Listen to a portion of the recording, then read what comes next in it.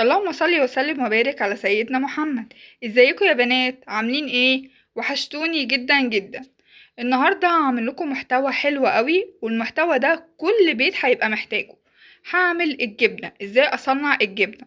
طيب، الجبن اللي احنا بنجيبها من بره دي بدون ذكر اسماء شركات، عايزه اقولك بتبقى مهدرجه وبتبقى خطر جدا على ولادنا. يعني احنا بندي لولادنا الحاجه الغلط اللي بتدمر الصحة بتاعتهم، وفي نفس الوقت احنا كمان بناكلها. طيب، احل المشكلة دي بتاعتي ازاي؟ جايبالك ابسط طريقة للجبنة، طريقة هتعمليها في منتهى السهولة ومش هتقفي في المطبخ كتير اصلا. انا النهاردة هعمل لكم 4 انواع جبن. تمام؟ زي ما احنا شايفين الاطباق اللي قدامي دي، هنا ده قرنين فلفل حامين كده، معاهم واحد اخضر، ودول سبايسي. دي هعمل بيها جبنة بالهالوبينو، وطبعا كلنا عارفينها. وده زيتون، هعمل جبنة بالزيتون، وهعمل جبنة بالبسطرمة. والطبق الرابع ده انا هعمل جبنة بالكريمة او جبنة بالقشطة. طب ازاي؟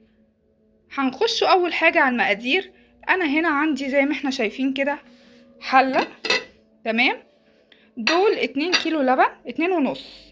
تمام؟ انا جايباهم من امبارح، وزي ما هما كده انا مبيتاهم مغطياهم ومبيتاهم بره، ما عملتش فيه اي حاجة.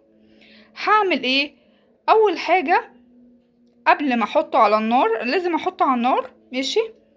هلم كل الكلام الجامد ده. بصوا، اللهم بارك. شايفين؟ هي دي بقى الكريمة اللي انا هعمل بيها اللبن. طب انا ليه ما سخنتهوش على الوضع ده؟ عشان لو سخنته الكريمة دي هتسيح معايا ومش هتطلع لي بالجمال ده. انا هلم الكريمة دي. تمام؟ وهرجع لكم تاني. يا بنات، انا هنا طلعت الكريمه اهي. ما شاء الله، يعني اللبن ده، يعني الافضل اللي انت تجيبي لبن يكون دسم. لو عرفتي تجيبيه من الفلاحين اللي بيقعدوا، هاتي. انا جايباه من الفلاحين، جايبه ازازه 2 كيلو ونص. عندك لبان كويس وبيبيع اللبن ما شاء الله بيكون بخير وكده، هاتي منه. تمام؟ انا طلعت هنا الوش بتاعي، وهاخد دي على النار. تعالوا تابعوني كده وشوفوا هعمل ايه. هنا بقى يا بنات بقلبه زي ما احنا شايفين كده على النار، وطبعا انا موطيه عليه عشان انا عايزاه يقطع. اول ما يتحط على النار معاكي كده هيقطع زي ما انت شايفه. ايدك تفضل فيه. تمام؟ عشان ما يكتلش معاكي، وايه، يبقى سهل كده في التقليب. بصوا، هنا ابتدى بقى يروب. والشرش شايفين ما شاء الله، طلع لي حبه شرش حلوين كده. عايزه اقولك ده بيبقى حلو قوي لاي مخبوزات تعمليها عندك. فده هتشيليه في ازازه وعلى الفريزر او في اكياس، بس الافضل في ازازه. ده تعجني بيه اي معجنات عندك بقى، بيبقى حلو قوي. وادي الجبنه طلعت معايا، اللهم بارك. بصوا الشرش. ودي الجبنه انا بقى هعمل بيها الاطعمه اللي انا قلت لكم عليها. اول طعم هنا هعمله الاول، احطها في الخلاط زي ما احنا شايفين كده. احط جزء منها واحط الكريمه الجباره اللي انا طلعتها. عرفتوا بقى انا ليه طلعت الكريمه قبل ما احطه على النار؟ عشان لو كانت حاطه على النار ما كانش هيطلع لي الكريمه دي، كانت هتسيح معايا. زي ما احنا شايفين كده حبايبي، انا بضربه كويس قوي. وده اول طعم طلع لي. وعايزه اقول لكم حطيت له شويه ملح. تاني طعم بقى، احط برضو حته جبنه واحط عليه البسطرمه واضرب في الخلاط.